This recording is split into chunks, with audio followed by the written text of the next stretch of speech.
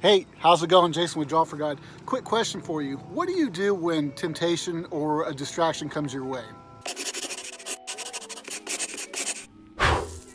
I'm standing in the parking lot of the church that I attend, and I'm actually trying to get footage of the sunset. So I'm trying to kill some time, and I pull out my prayer journal. So this specific prayer journal has scripture for each day, which helps you meditate and then possibly do a journal entry based on that scripture. And this one just really jumped out at me. Luke 22:40. When he arrived at the place, he said to them, "Pray that you may not enter into temptation." So my question to you is, what do you do? Now really, sit there and think about it. What do you specifically do when temptation or distraction comes to your way? Do you go to prayer first?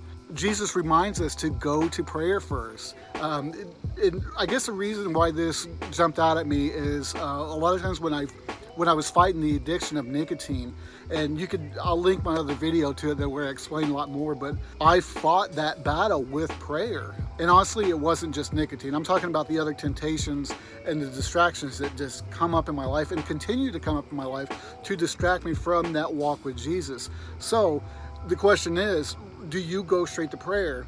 I know in my walk, as I become more of a mature Christian, yeah, I go straight to prayer. That's probably my go-to now, is to say, I can't fix it, but I know Jesus can. So the question comes up again, do you go straight to prayer? If you don't, try it. Change that little part in your walk to fully rely on Jesus to distract you from all the temptations and distractions.